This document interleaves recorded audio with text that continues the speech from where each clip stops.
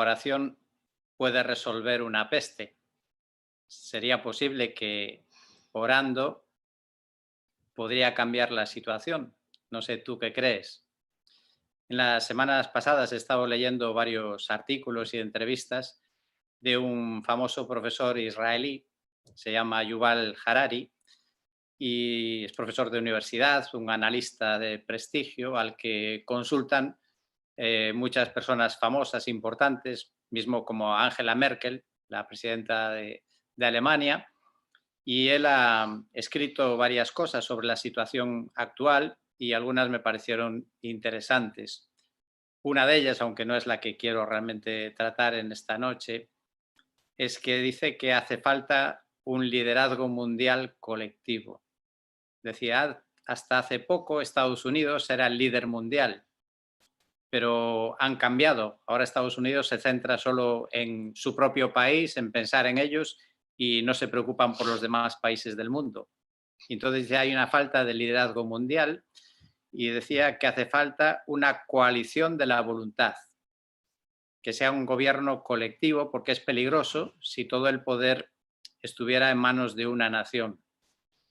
Y uno de los ejemplos que ponía es que algo que está muy de moda ahora mismo y que puede ser muy mal usado es la vigilancia de todas las personas. Decía que hasta ahora los gobiernos pueden vigilarnos a nosotros, nuestros movimientos, qué es lo que compramos, a dónde vamos, con quién estamos, pero lo nuevo que se está poniendo en marcha o se puede poner en marcha ahora es el monitoreo de nuestro interior.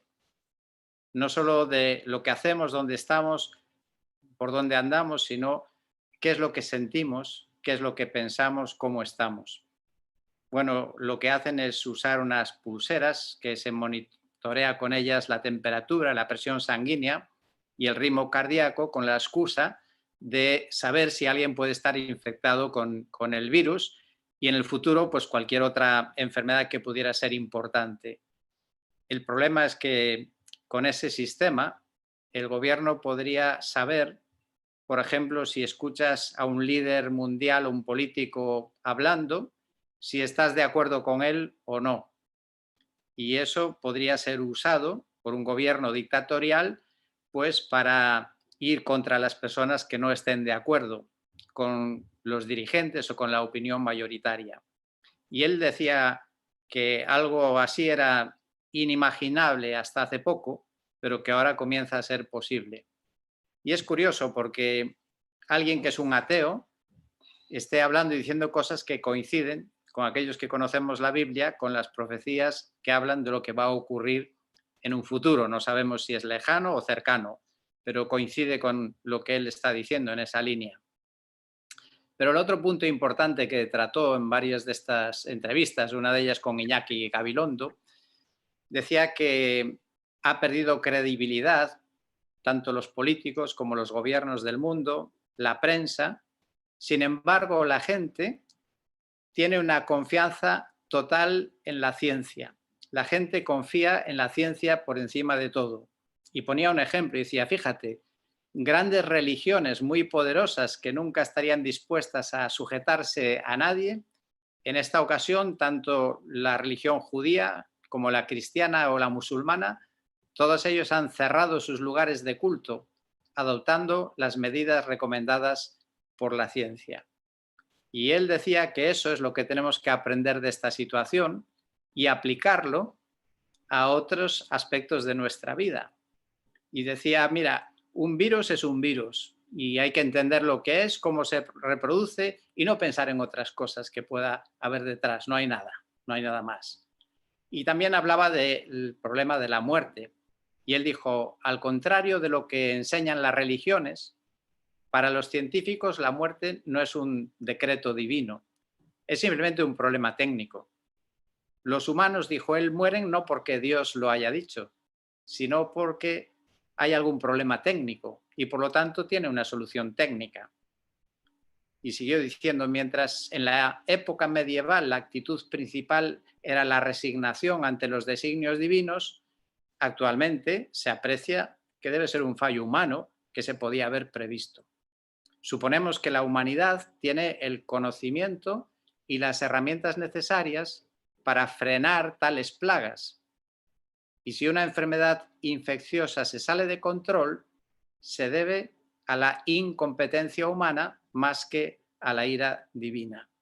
Y concluía diciendo que la esperanza viene vestida de bata blanca, la de los médicos, que salvan vidas, y la de los científicos en busca de un tratamiento efectivo y una vacuna. Está claro que la ciencia es el Dios de este siglo, el Dios al que sigue la gente de nuestro tiempo. Y la ciencia parece que pretende arrebatar el lugar de Dios, aunque la ciencia reconoce que tiene sus limitaciones. Decía que no puede explicar el enigma de la existencia, por qué existimos, el sentido de la vida. Esta ciencia sin Dios, que descarta la realidad espiritual, realmente nos deja sin esperanza, nos deja solo con suposiciones, con enigmas, y nos arrebata el sentido, el propósito de la vida. Dicho eso, quiero ir al otro enfoque que tenemos. Y para ello voy a citar un pasaje, un texto en la Biblia, que es de un rey, del rey más sabio que hubo, que 1000 años antes de Cristo, cuando terminó la construcción del templo de Jerusalén, pues en el acto de inauguración hizo una oración. Y voy a leer solo una pequeña parte de esa oración. Dice en Primera Reyes, capítulo 8, versículo 37 al 40. Y él está orando a Dios y diciendo: si hay hambre en la tierra, si hay pestilencia, si hay tizón o añublo, langosta o saltamontes, si su enemigo los sitia en la tierra de sus ciudades, cualquier plaga, cualquier enfermedad que haya, toda oración o toda súplica que sea hecha por cualquier hombre o por todo tu pueblo Israel, conociendo cada cual la aflicción de su corazón y extendiendo sus manos hacia esta casa, escucha tú desde los cielos, en lugar de tu morada, y perdona, actúa y da a cada uno conforme a todos sus caminos, ya que conoces su corazón, porque solo tú conoces el corazón de los hijos de los hombres, para que te teman todos los días que vivan sobre la faz de la tierra que diste a nuestros padres. Tenemos la opinión de la ciencia y tenemos lo que dice el sabio Salomón en el libro inspirado por Dios, la Biblia. Y por eso mi primera pregunta al principio era: ¿puede la oración resolver una peste o es una mera superstición, como piensan algunos? ¿Tiene Dios el control sobre las enfermedades, sobre la vida y la muerte? ¿O solo es un problema técnico, como nos decía aquel experto? Bueno, como creyentes, si realmente creemos que la oración sirve para algo, si creemos que Dios puede cambiar las situaciones, ¿cómo no debemos ser una iglesia que ora? Creyentes que oran, creyentes que la oración es una prioridad, hablar con Dios, porque Dios puede cambiar las situaciones. Salomón, este rey sabio, lo sabía por experiencia propia, lo que significaba hablar con Dios y lo que Dios podía hacer en su vida. Y seguro que lo sabía también por muchísimas experiencias y vivencias que le había contado su padre, aquel rey David. ¿Cuántas cosas le habría contado de situaciones de peligro, como él había visto la realidad de la mano de Dios y de la respuesta de Dios a sus oraciones en situaciones imposibles y sin salida? ¿Cuántas cosas le habría contado aquel padre a su hijo, como las que podemos leer en el libro de los Salmos? Sí, como creyentes no negamos las leyes de la naturaleza, lo que nos dice la ciencia. Y es verdad que todo funciona según esas leyes y todo está determinado y organizado para que funcione así. Pero también creemos que quien inventó esas leyes, quien puso esas leyes, si él quiere, las puede alterar, las puede cambiar en cualquier momento. Y creer eso no es ninguna necedad, es pura lógica. Hoy podemos comprender que los programadores que programan los robots y toda la tecnología les ponen programas para que funcionen de una determinada manera. Y van a funcionar siempre así, excepto que el programador venga y cambie las instrucciones y el robot o la máquina hará algo diferente. Y eso es lo que hace Dios, lo que Dios puede hacer como creador, inventor de las leyes de la naturaleza. Dios tiene la autoridad y el poder, la capacidad de cambiarlas. Y por esa razón, aún en grandes catástrofes, en plagas, enfermedades generales o personales, independientemente, y no voy a entrar ahora en cuál puede ser la causa de estas cosas, pero sí lo que creo, Dios puede intervenir y cambiar esa situación y lo hace de diferentes maneras. Igual que permite que aparezca esa catástrofe, ese problema, Dios de la misma manera lo puede hacer desaparecer o lo puede frenar o puede hacer que se convierta en algo inofensivo para nosotros o puede dar la sabiduría a los científicos para encontrar un remedio o puede también proteger a algunos para que aquello no les haga daño. Por eso hoy quiero tomar este pasaje y solo destacar la importancia de la oración, el poder de la oración para afrontar cualquier situación dura, difícil, peligrosa, temerosa que podamos tener en nuestra vida. Y quiero destacar tres cosas de la lectura de hoy.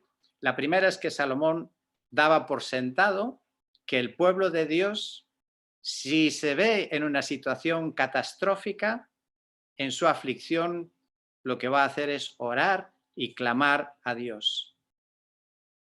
¿Por qué Salomón espera eso del pueblo de Dios?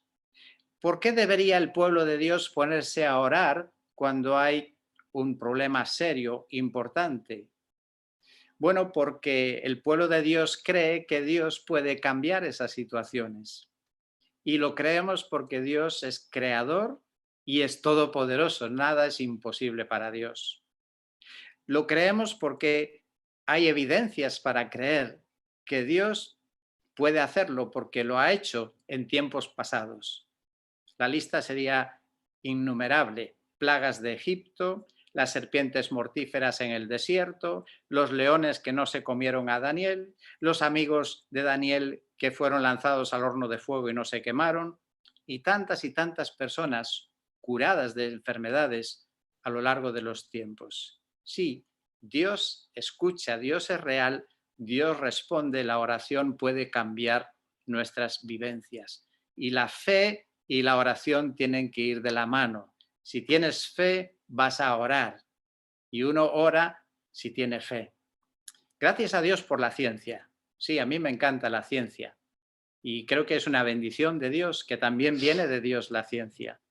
Pero no permitamos que la ciencia nos arrebate la fe, que es otro componente imprescindible también en nuestras vidas.